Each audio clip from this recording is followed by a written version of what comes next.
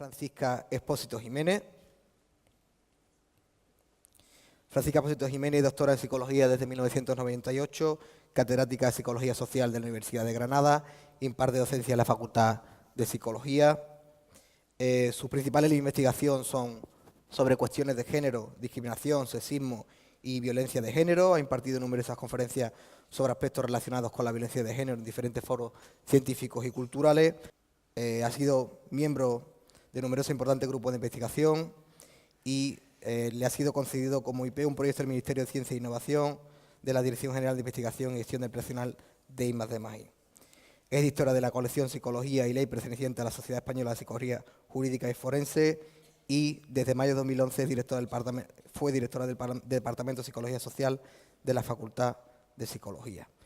Bueno, muchas gracias. Yo también quiero comenzar mi intervención pues dando las gracias a la organización por permitirme estar aquí con todos vosotros hoy, hablando de un tema del que creo que, aunque se ha hablado mucho, todavía hay mucho que decir y mucho que hacer, ¿no?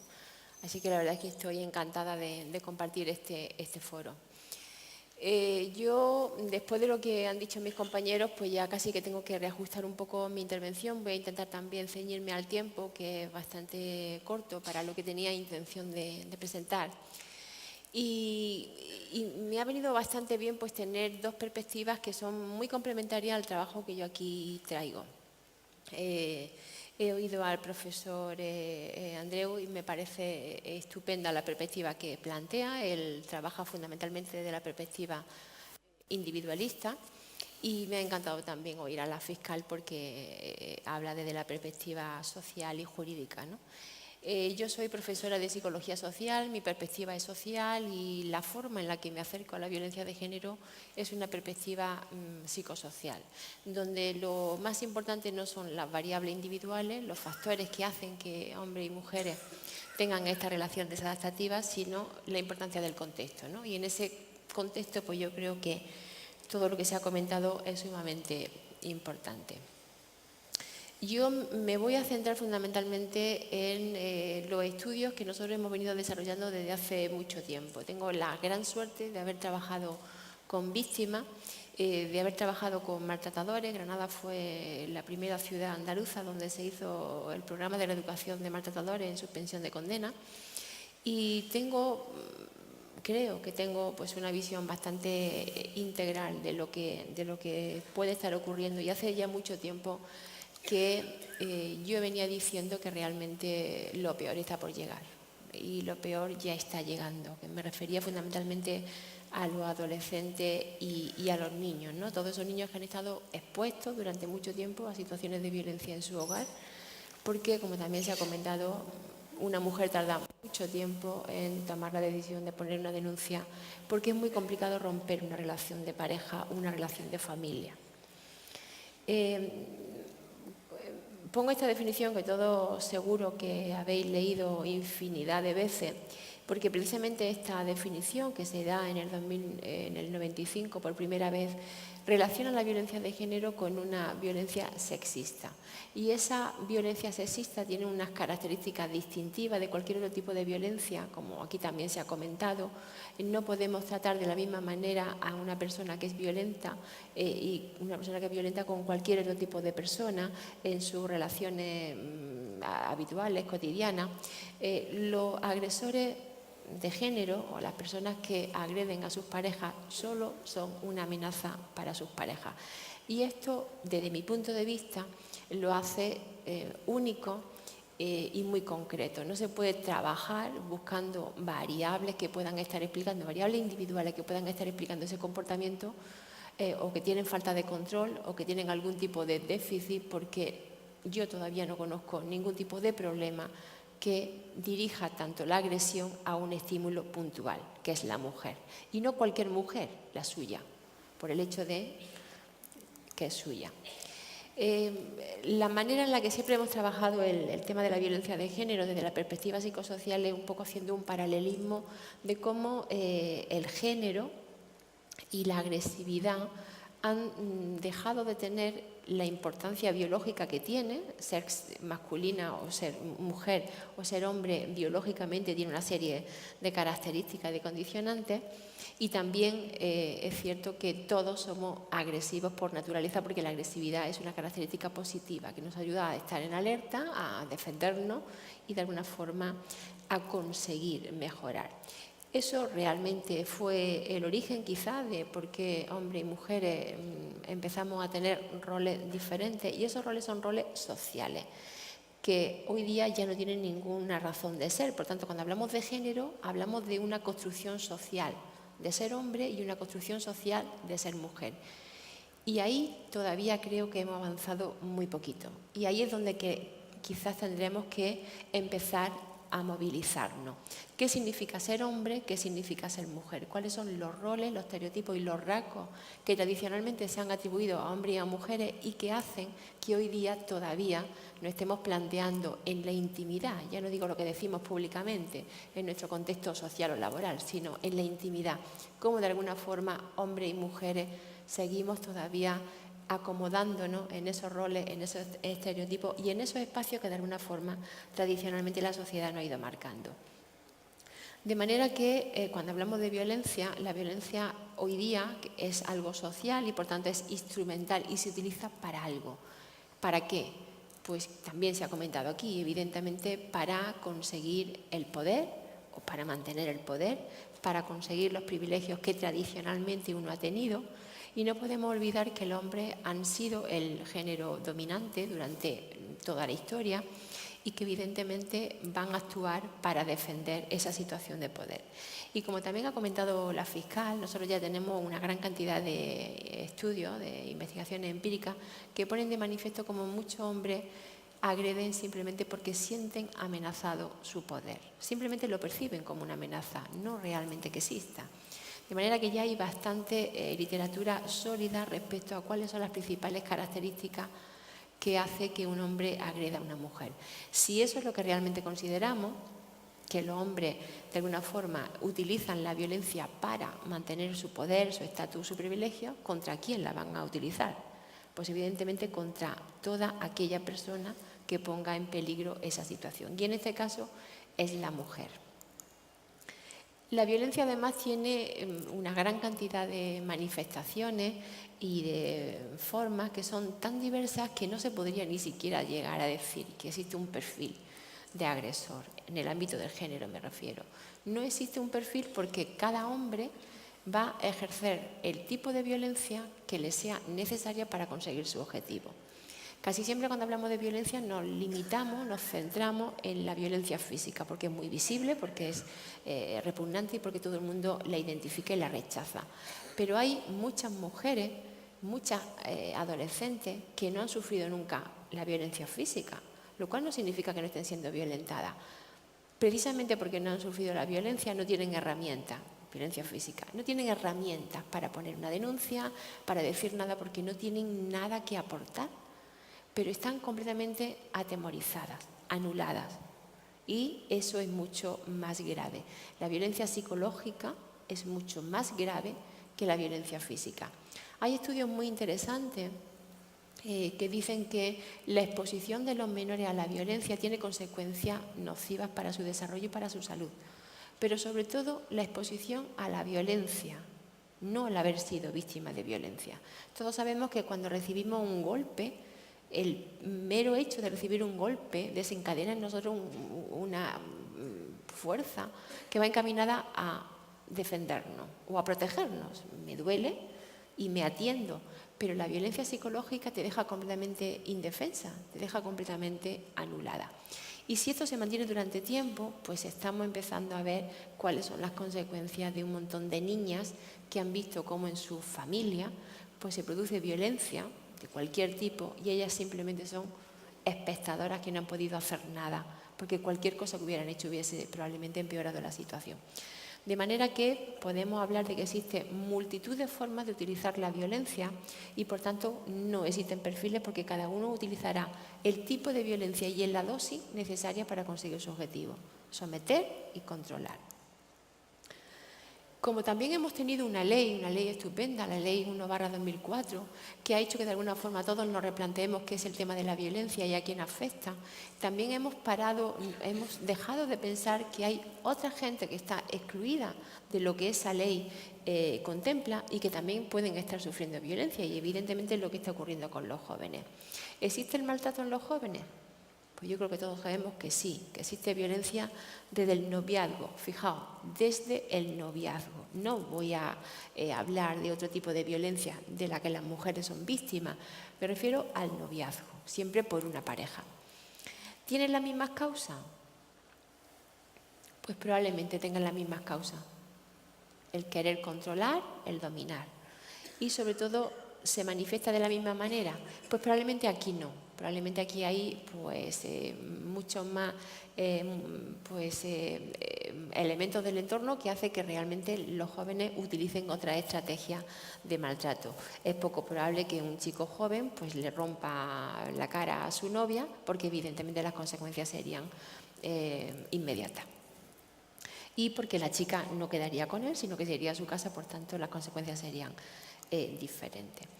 Es muy interesante que veamos que hay una incidencia muy alta de chicas jóvenes que están empezando a sufrir violencia por parte de sus parejas. Y lo más interesante de todo esto es que incluso ahora se habla de que la agresión es mutua. Cuando llegan, por ejemplo, a Fiscalía, yo también trabajo muy conjuntamente con el Juzgado de Menores de Granada, y sí que es cierto que se habla de que se han peleado, ¿no? Que hay agresión mutua. Y esto nos da la impresión de igualdad. No podemos hablar de violencia de género porque él agrede y ella también. Ojo, la igualdad solamente se consigue cuando dos personas hagan la misma conducta y tengan las mismas consecuencias. Y hasta ahora las cosas no están siendo así. Pero quizás lo más interesante es que por la literatura que podemos revisar, sobre todo literatura anglosajona, donde este tema se lleva estudiando desde hace mucho tiempo, lo que encontramos es que la mayoría de las mujeres que sufren violencia en su pareja ya empezaron siendo violentadas en el noviazgo. Y hay que plantearse, ¿las mujeres somos incapaces de detectar la violencia? Bueno, pues Isabel ha comentado algo de por qué se tarda tanto en denunciar, por qué la mujer justifica. Eso forma parte del hecho de ser mujer, del rol central que tiene la mujer en las relaciones de pareja y de lo importante que es para una mujer poder tener a salvo su relación de pareja. Y eso todavía no lo estamos cambiando. No solamente no lo estamos cambiando, sino que yo diría que lo estamos empeorando. He traído aquí algunos datos de un estudio ya un poco antiguo, de 2007, donde se hacía un recorrido sobre diferentes tipos de maltrato ejercidos por chicos y chicas en las relaciones de pareja.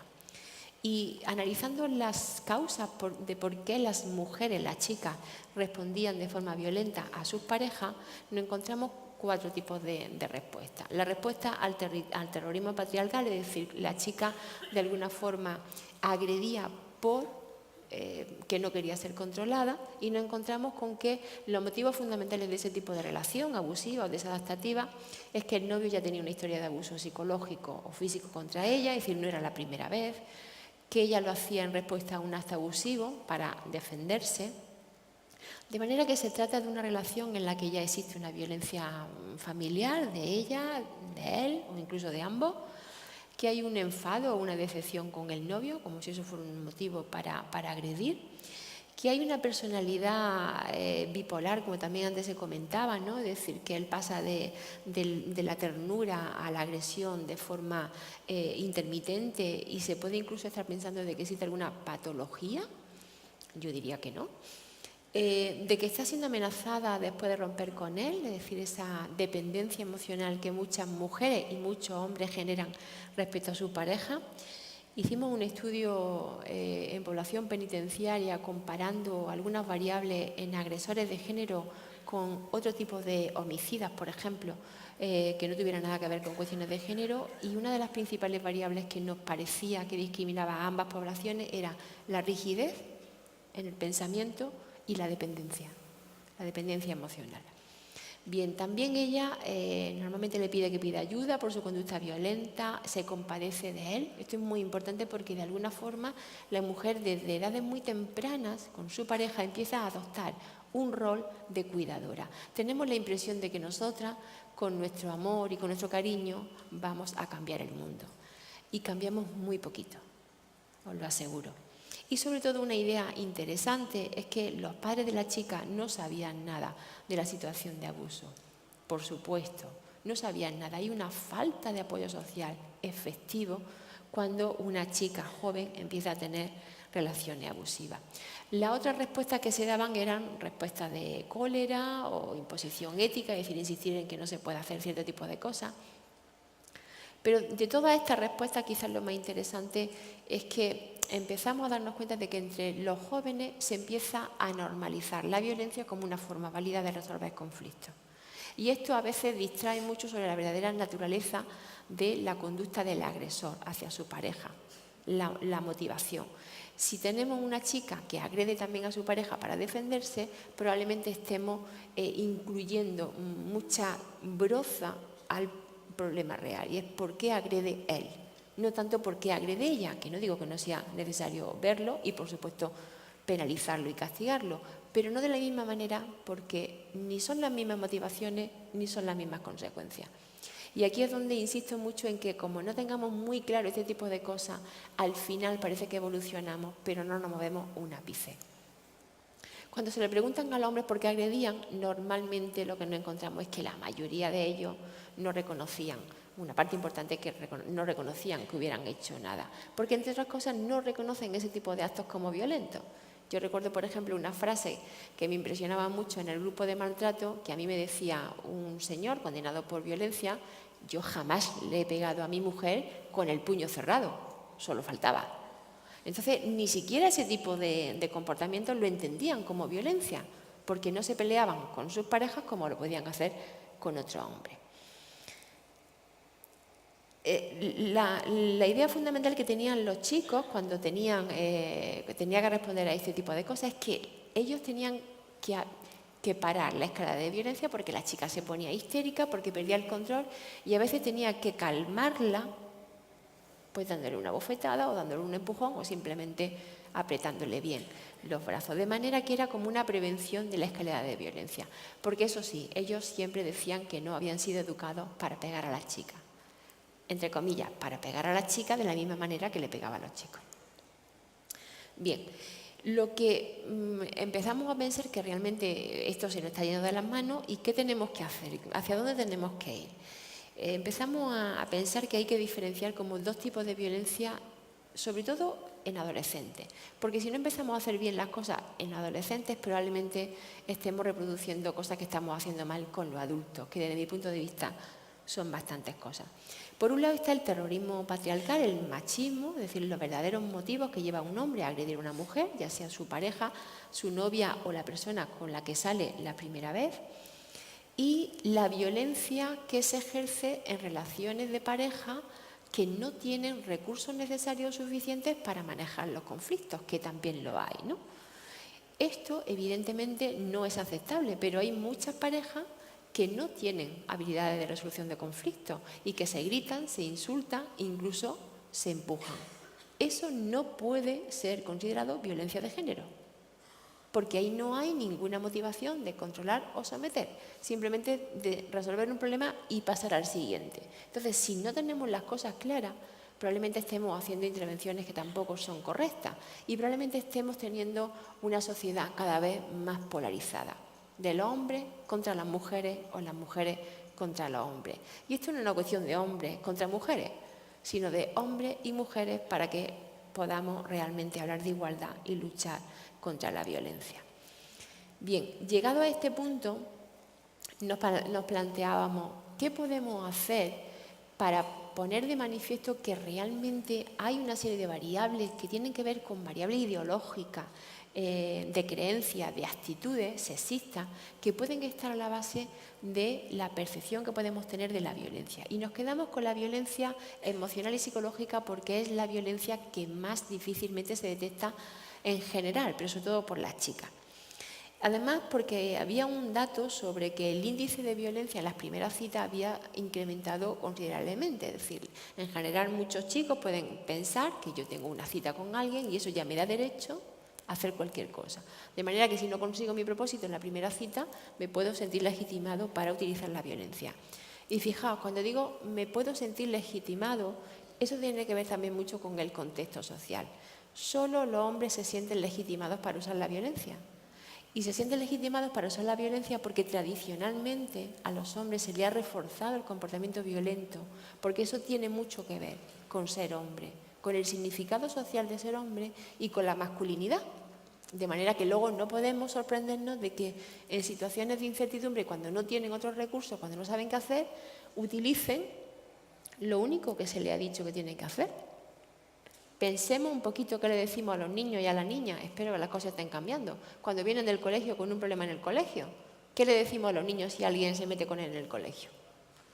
Y digo que espero que las cosas estén cambiando porque hace poco pues, salió, ¿no?, la noticia de un padre que había ido a agredir al profesor porque le había regañado al hijo. Entonces todavía sigue habiendo energúmenos de este calibre, ¿no? Pero normalmente tenemos un comportamiento diferente para los chicos y un tipo de respuesta diferente para las chicas. Al chico le decimos que se defienda, que ataque, que se defienda, y a la chica le decimos que pida ayuda, que lo evite o que vaya a la profesora. Estamos reproduciendo roles permanentemente. Bien, hicimos, como digo, este estudio para ver qué está pasando en las relaciones de noviazgo, que como bien también se ha dicho, cada vez ocurren a edades más tempranas, y la capacidad que tienen las adolescentes para percibir la violencia de tipo emocional y psicológico. Y esto de alguna forma tiene que ver con datos que ya han salido, por ejemplo de 2011, de cómo hombres y mujeres, chicos y chicas, todavía discrepan mucho en la forma en la que perciben las conductas violentas. Por ejemplo, la mayoría de los hombres no consideran que es maltrato decirle a una mujer que no vale nada, a su pareja. Hacerle sentir miedo, insultarla, controlar las relaciones, tratar de que no vea a la amiga, controlar todo lo que hace. Y eso normalmente no lo perciben como maltrato porque lo perciben como amor, como protección. Y un hombre tiene que proteger sus propiedades. Y ella es mi novia y se sienten obligados a hacerlo. Bien, hay un mare magnum de información, de desinformación, de confusión entre lo que tiene que ser el amor y lo que realmente es la violencia, sobre todo cuando hablamos de violencia psicológica, que a veces se tiende a confundir el abuso en la pareja con muestras de cariño, ¿no? Y esto pues también lo hemos comentado antes. No nos podemos sorprender si tenemos un montón de series televisivas que inciden en eso, tenemos películas que tienen una gran cantidad de audiencia porque inciden en eso y porque lo que les seguimos vendiendo a nuestros jóvenes es que el amor es sacrificio, entrega y dolor. Y claro, si no hay sacrificio, entrega y dolor, pues algo falla. O no me quiere o no lo quiero y busco otro que me haga sacrificarme y el dolor forma parte de eso. Las agresiones verbales, las acciones celosas, las tácticas de control se suelen minimizar y se suelen justificar, sobre todo porque están muy ancladas en esos mitos del amor romántico, que es otra de las grandes tareas que tenemos pendientes. Yo siempre digo a mis alumnos, en plan jocoso, pero créanme que cada vez estoy más convencida de que el amor perjudica seriamente la salud. Y realmente cuando hablamos de amor romántico no hablamos de algo que es pasional, omnipotente, una idealización absoluta. Pero eso no solamente lo piensan las chicas de 15 años. Es que todavía hay muchas mujeres de 40, de 50, de 60 que lo siguen pensando. Y está bien si te funciona.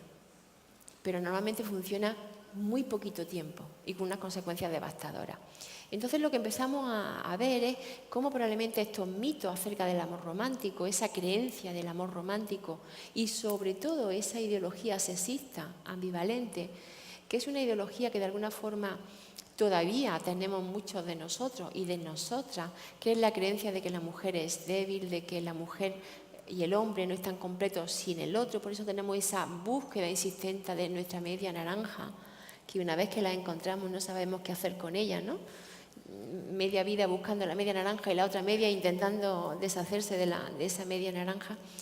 Ese tipo de ideas todavía perduran en nuestra sociedad y las seguimos transmitiendo a través de los medios. los padres, el colegio, todos nosotros de alguna forma somos corresponsables en estas creencias generalizadas que seguimos perpetuando, probablemente porque no tenemos otra forma de entender las relaciones que sea más exacta y que sea más igualitaria. Y ahí es donde tenemos que seguir trabajando, sobre todo nosotros desde la psicología, pero por supuesto desde todos los ámbitos posibles. Bien, yo siempre digo que las mujeres estamos muy expuestas al sexismo benévolo, y este sexismo benévolo pues no es un sexismo que vaya directamente atacando a la mujer, simplemente la hace sentir especial, la cuida, la protege, la valora, siempre y cuando te adaptes a los roles tradicionales. Y siempre pongo el ejemplo o la metáfora de la rana, que me gusta, porque cuando hablamos de violencia la gente además tiende a pensar que la violencia es como una foto fija, que viene el agresor, una persona ruda, y que le da de guantazo a la mujer. Eso no lo aguantaría nadie, espero que no lo aguantaría nadie. El proceso es mucho más lento, es mucho más complejo y es mucho más incapacitante. La metáfora de la rana yo supongo que todos la conocéis, pero realmente si hay posibilidad de hacerlo, pues podemos hacerlo. En un bol con agua caliente intentemos meter en una rana. ¿Qué hace la rana?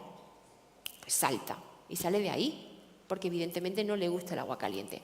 Pero la podemos poner en un bol con agua normal, un poquito tibia, y la rana se queda. Si encima le ponemos cosas para que se sienta bien, le ponemos una jaula de oro, ¿no?, para que se sienta bien, pues se queda. Si vamos progresivamente calentando el agua, pues la rana se va adaptando y se queda.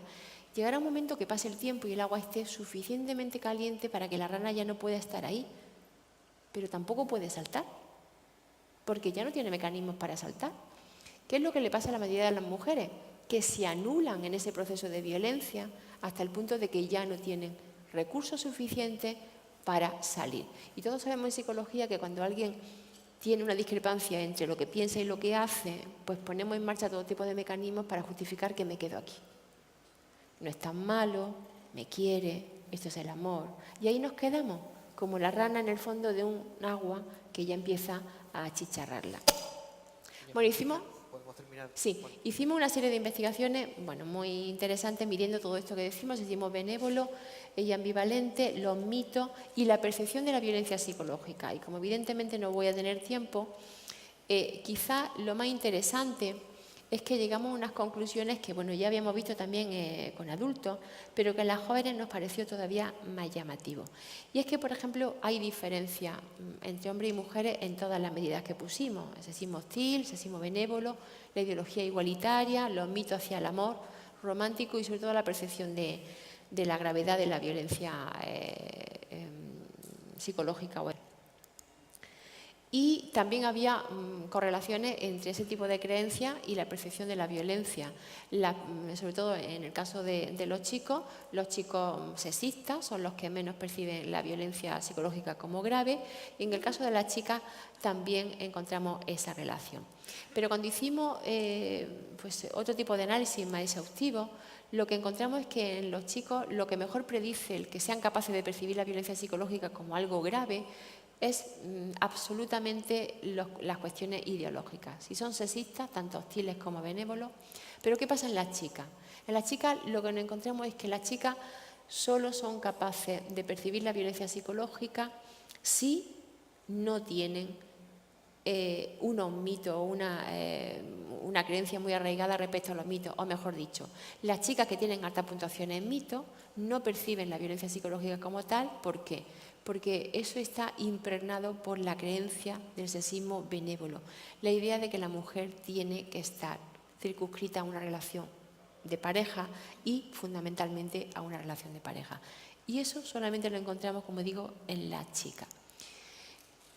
¿Qué tenemos que concluir de esto? Pues tenemos que concluir, pues como decía antes, que lo peor está por llegar y hay todavía mucho por hacer. Que somos capaces, como psicólogos no podemos decir que no, de que la gente cambia, pero para eso no solamente tenemos que trabajar nosotros a nivel individual, sino que necesitamos una sociedad que acompañe todo tipo de estrategias para que haya otros referentes, para que haya un contrapunto, para que realmente las chicas y las mujeres puedan realmente pensar que hay otra forma de vivir las relaciones. Y sobre todo que tenemos que trabajar mucho respecto a estas creencias que a través de los medios se están permanentemente dando sobre el amor romántico y lo que tiene que ser normal en una relación. La familia aquí tiene un papel fundamental y no podemos pensar que los cambios son fáciles cuando todavía tenemos muchas generaciones que siguen estando muy adheridas a creencias sexistas.